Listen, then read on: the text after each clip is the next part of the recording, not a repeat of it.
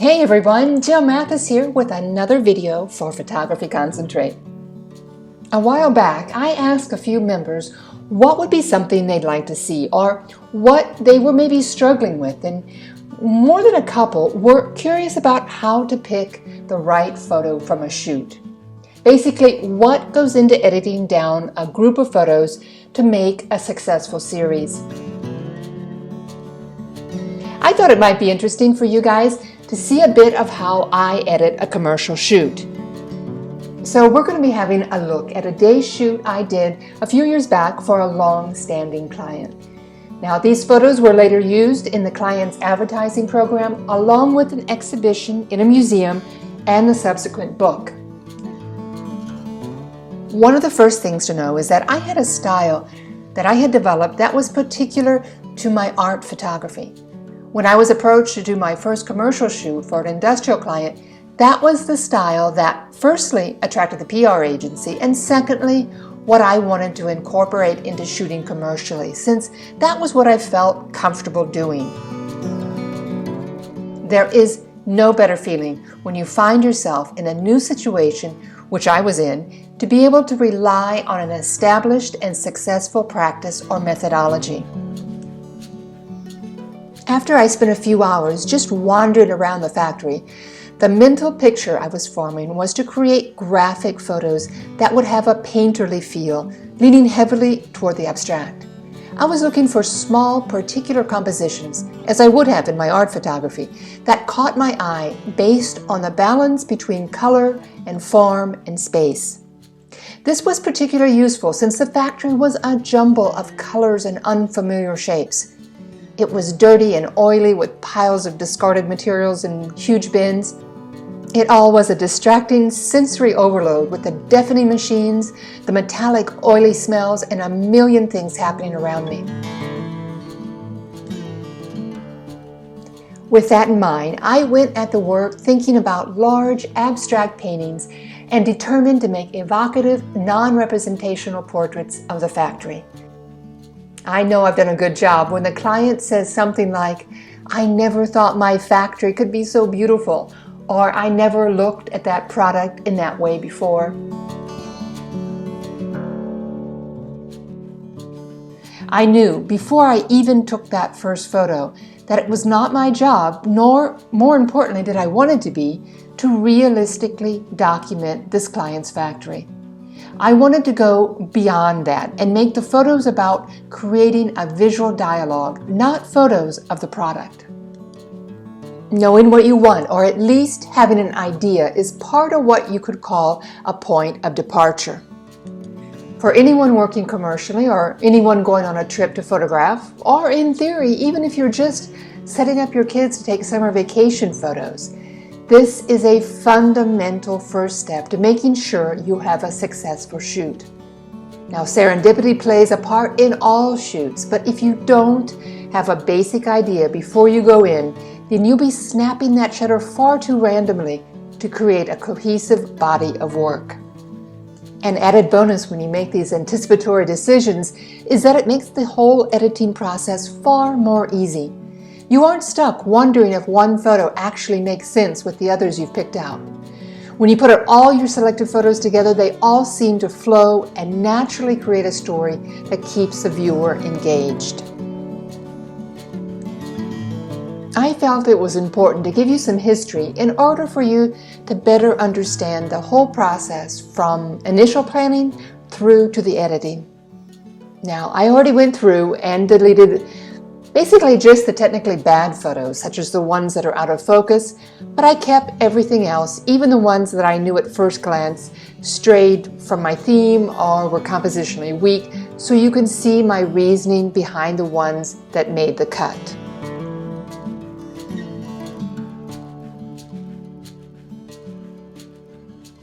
So, as you can see, we have 278 photos that made the initial technical cut. Now, part of my style of shooting is that I only ever use available light, since for me that is where some of those really serendipitous moments happen.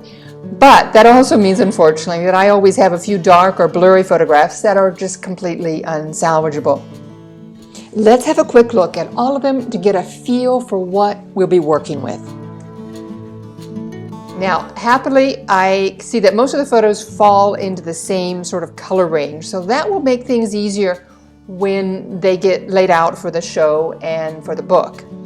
Now, a color that stood out from the rest wouldn't necessarily be deleted, but it might make me need to look for another one that is complementary to it so it doesn't really stick out too much from the series. You never want the viewer to feel like they have stumbled or missed something as they're looking through a group of images. Now, the main thing that I am noticing and looking for at this stage are images that are too literal. Remember, I want to create a more abstract feeling to the images instead of just documenting the products that are made in this particular factory. Now, right away, I'm seeing some definite recognizable elements that I really don't want. So those will be the first to be eliminated as I'm making my second cut, basically. Now, another thing that I'm looking for are photos that I've done too many times. Now, of course, I'm the only one who would know that, but it's a way to make sure I don't get lazy. Sometimes we start to repeat ourselves too often and photograph what we already know works. Now that can lead to burnout and photographs that kind of just don't have any meat to them. Besides, it also keeps things interesting for me. You will always be the first and the most important viewer, so it's vital that you make yourself proud and you keep your own interest. So at this point, let's start by identifying the ones in the 2 no categories. So the 2 no categories are the ones that we talked about, the ones that are too literal and the ones that I feel that I have overdone too much. I've already done that enough. Now, you guys might have already noticed that some of these photographs have the yellow frames around them and some of them have the red frames. I've already selected the 2 categories. The yellow category is the too literal one, and the ones with the red frames are the ones that have already been done category. Now, you guys might have also noticed that there were a number of photographs that had the lettering on them, such as this one here, and so forth. And I keep a lot of those in because I really enjoy the graphic sense that certain lettering gives, even though they are a little bit too literal for my taste. But it balances out with the lettering. So what we have left now are 213 photographs that made the cut after that first initial technical cut. Now, the 2 literal images are these here, and as you can see, there's especially things like this. I think I was probably just experimenting to see what it would look like with the water coming out, but far too obvious, far too literal. Same goes with these, and again, I was experimenting a little bit with the graphics of certain lettering, which really appeals to me, but for me, that just says that it's something to weigh the product on, and it doesn't really say much. These obviously too are just images of the products on a table. These here. Now, the ones that were too repetitive, again, nobody would necessarily know except for me, but I had just recently done another job for another company, and I just, especially with these here, I just simply copied what I had done before because it had worked before with that other company, but I just didn't want to keep repeating myself. So my next usual step is just to go through and star the ones that I like from each section. So the ones that I starred from each section are these here. Now I'm going to make the thumbnails a little bit bigger so that we can see them a little bit better. So these are all the ones that I starred. Now this doesn't necessarily mean these are all the ones I'm going to keep. Let's go back to this. But let's have a look here and see what why I chose these. So this was the first one here. Now, one of the very first things when I start looking at photographs, or actually when I'm photographing, is that I look for certain graphic elements, as we talked about earlier with the lettering. I look for other graphic elements all the time while I'm shooting. And one of the things I noticed in this group were these photographs here, these products here which had the arrow on them. So that right there makes me want to choose this, these photographs immediately become number one as opposed to these. But in any case, these are all very, very, very busy. There's just too much going on for the eye to really have a place to land and then journey from, which is really important. You don't want the eye to be bouncing all around the photograph. You want to sort of lead it. You're in charge of your own photo. So it's important that you have a place where you start and you control the journey that the viewer's eye is going to take. And these are all, again, too busy. Whereas these, for instance, here are actually not busy enough. They're very, very stagnant.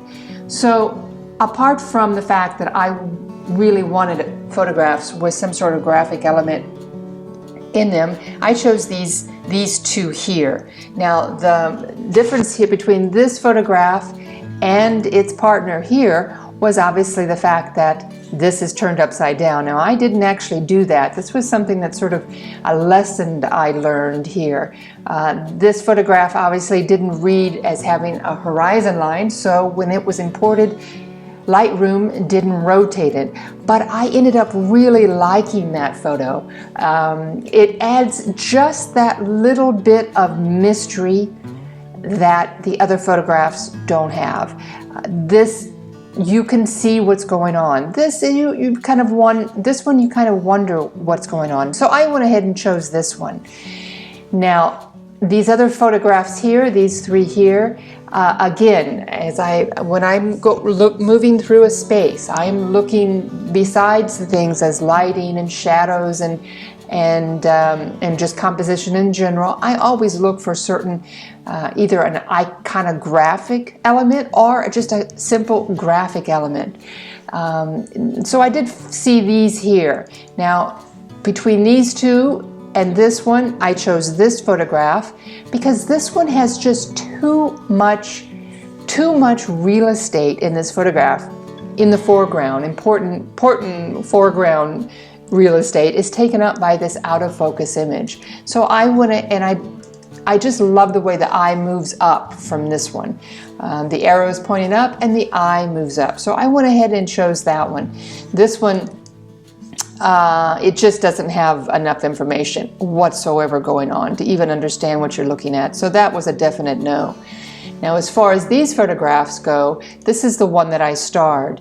This one has a definite beginning, which journeys back to this one, and it has a very nice, this blue color here creates a very, very nice frame. These photographs here, they seem to be sort of floating on the page. Even though I love this kind of element here of the lines, but the photographs are just too boring. They just seem to be floating within the frame. This photograph here and this photograph here are very similar to this one, but they just cut off at a really important element. And so you're always left kind of wondering what happened here. Does something fall off almost? So, and with this one here also, I was really amazed that I took this photograph because this photograph is a little bit like something that a lot of beginning photographers do, thinking that they can make an interesting photograph by turning the photograph diagonally a little bit, and it very, very seldom works, but obviously I was giving it a try. It does not work. This is the photograph that I ended up using. Now, out of these three photographs we talked about earlier, the fact that I enjoy having the graphic element of lettering, and so this was obviously, I focused on that. This element here is just way too cut off. The letters are just way too cut off.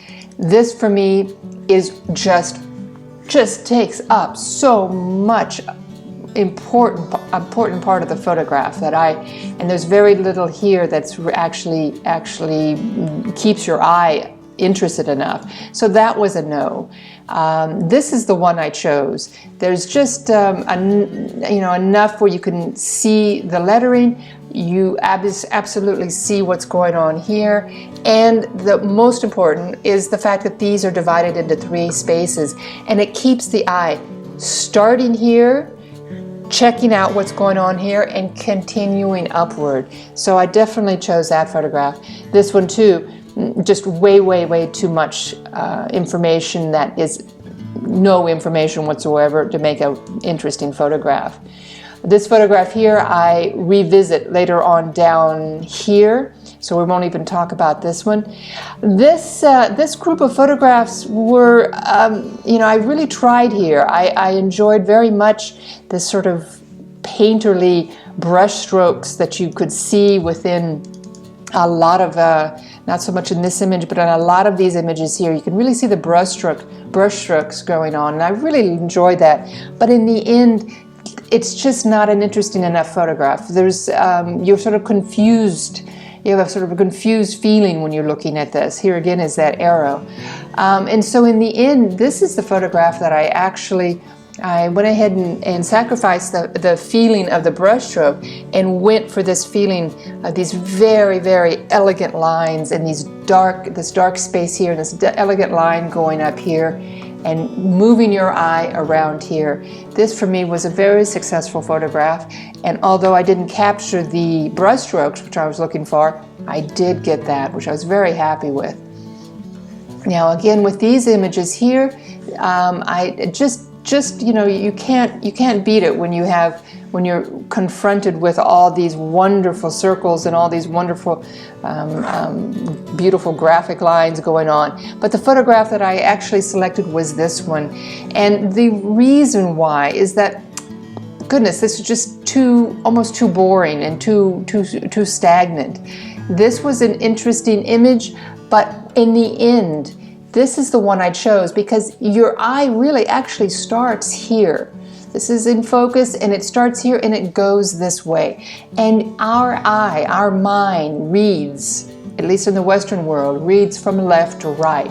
And so as opposed to this photograph here, which it kind of goes off the page on here, whereas this one starts on the left and moves to the right very gradually. This is a far more readable photo, for subconsciously especially. Now these photographs here were a lot of fun to take because I was actually doing sort of little self-portraits here in the product shots. But the photograph that I ended up choosing was this one, for the main and only really real reason is that these repetitive forms are then kind of copied over here with these lines. It makes a very nice balance. The roundness over here repeated with the lines over here repeated. You don't see that in the rest of the photographs. Now these next images here, these very dark images, the one that I chose was this one. But I'm not 100% sure I'm actually going to end up keeping this photograph. What I was seeing, I believe, and what I see here in any case, is a sort of a sense of outer space, a sort of a sci-fi movie kind of feeling going on with the flying. These blue dots are flying lubricant. So they are a little bit. It is a little bit too literal for me. I was torn between these 3. I started this one, not 100% sure I'm going to keep it. I really do enjoy this round, bright feeling with all this information going on here, but not 100% convinced on this photograph. It works better. This one is just slightly, the tilt is a little bit off, and this one has too much information on this side. This one just has a nice tight feeling to it. So we'll see if that one makes the actual final cut. With these here, I enjoy this sort of soldierly kind of setup. They just seemed like little soldiers right there. But in the end, they're just too obvious besides the setting, besides the actual, the way they're laid out or set up, is interesting. They're too literal. I really enjoyed these images here mainly for this green form going on. In the end, I chose this image because it had the most of this round image here, and this sort of green kind of lightning bolt image going on. And again, for some reason, this round form just sort of feels like a soldier to me. But I kept that image. These just didn't have enough of this is a close one, a little bit of the round, but there's just too much, this takes your eye away from it. Whereas this image is just a nice framing. I love having some information down here. This is not quite enough. So in the end, this was the image that I chose from this group. Now in this next group, I really, we'll go all the way through to these photographs. I really spent a lot of time here. I saw, these kind of elegant forms, these really soft lines that you see throughout all of these products.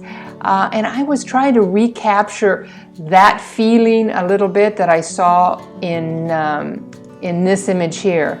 I was trying to recapture that with some of these other colors, but I have to say I just was, just not satisfied whatsoever with how they turned out.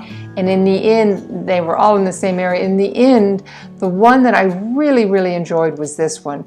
I'm not getting that softness, but I really enjoyed these strong lines and this strong graphic. And again, there's that lettering. There's the client's logo. So this has just enough information so that you know what you're looking for, but it still stays really abstract.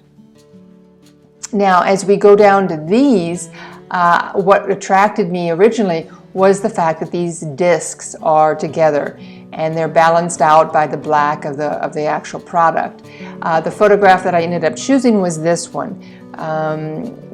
I just love the way that this gold just keeps your eye moving all the way back. In all the other images, I'm focusing on this, but I'm cutting off too much here.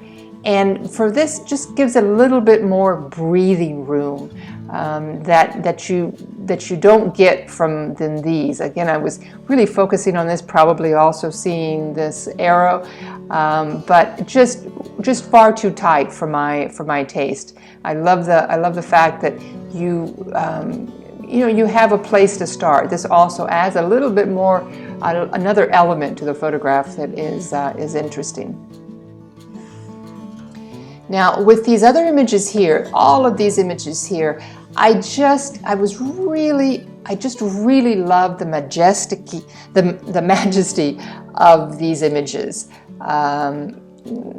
I was hoping to create a sense of a really large, overwhelming presence, but it just didn't work out for me. I didn't choose any of these images. They just seem like slightly interesting product shots to me. They're not abstract enough, nor does it really create any sense of majesty, which is what I was going for. And the same goes for these. I love the colors. I love this really abstract form going on, but these were far too literal for my taste. Now, when I came across these, I just absolutely loved. This is actually a photograph that ended up being 6 foot by 4 foot, because this for me returns to looking at something monumental. And actually they were much smaller than even the other ones that we had just seen. These have a very monumental, very majestic sense to them. This one is shot, much lower than this one, for instance. And it I enjoyed the colors, and I enjoyed just the way that you're looking up at something that just seems much more bigger than it actually is. Now these images here, I ended up choosing this one and this one, but I'm going to get rid of one of them. I chose these greens because, as I had mentioned earlier in the video, sometimes when you have a color that breaks from all the other ones, which we do, here we go, which we do, go faster this way, which we do with these reds. Now all these other colors are warm colors, golds, and even there's some blues going on here, but anyway, there's a lot of yellow, all these warm golden colors, but this bright red really stands out. So I knew right away that I was going to have to find something that sort of balanced off of that. And red, the complementary color to red is green. So I'm going to, and I enjoyed this very graphic, the lettering, the numbers in this case are very interesting. They've always been a real interest of mine. If I choose this photo, it's gonna need a lot of work to bring this white down because it takes away too much from the rest of the image. So it's either going to be that one or this one here. I love the line off to the right. I love where you don't see what's going on here. Very interesting. Lots of beautiful green negative space. So it's going to be between that one and the gauge here to balance off the red photograph. Now again, I almost picked one of these. I do enjoy this jumble of images. I love the graphics here in the logo, but just far too literal for my taste. This is the image here that was chosen for the simple reason, just the elegant black negative space here that brings you up here. And it's just the way it's divided. I just love the symmetry of this divided image. These are divided, but not as much. I just love the fact that it was in threes, and 3 is a very mystical number. These I enjoyed because of that little blue bit inserted, but in the end, this actually becomes far too literal for my taste, and so I didn't use that one. This is the one that I just truly enjoyed looking at that photograph. Now onto these. Again, these are all too literal. Enjoyed. It was trying very hard to find something in all this black on this, and again, it just was almost too literal. This one is far too jumbled, and in the end, this is the one moving a bit away and opening up all that black. Instead of sticking just all black, I opened it up, was able to really reinforce the beauty of this material by putting it against the sort of green on the flooring. I just love that. I love that image. These don't work as well because they are far too cut off, and this one's very similar to this one, but it's so very tight. There's just not enough of the green to really balance off that black.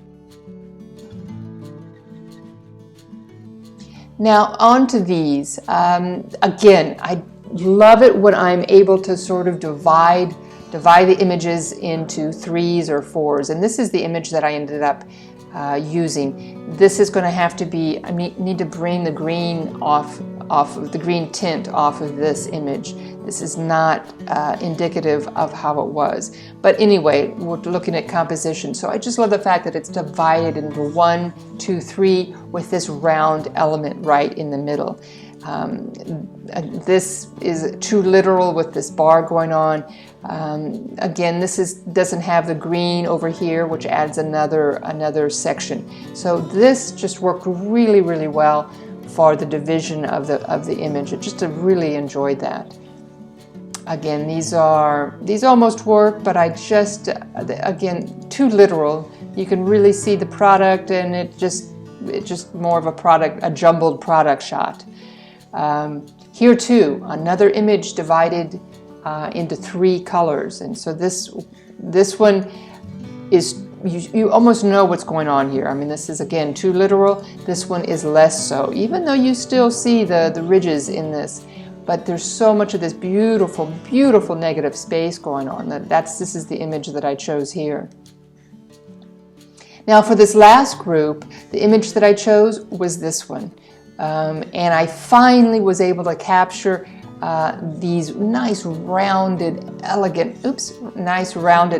shapes. I just really enjoyed seeing these sort of hips and this rounded image here. It's very soft, and the colors that I found in this group of product shots really reinforce that feeling that I had been trying to capture earlier.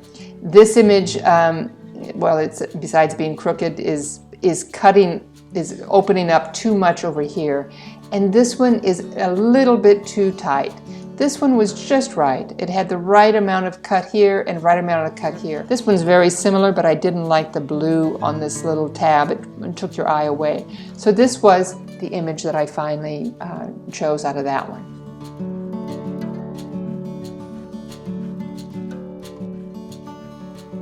For any shoot, you'll make your experience so much better and efficient if you start with an intention, a point of departure.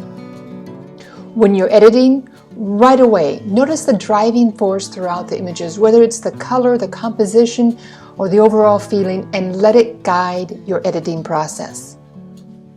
Base your decisions consciously, and even if it's just to yourself, be prepared to explain why you chose each and every photo.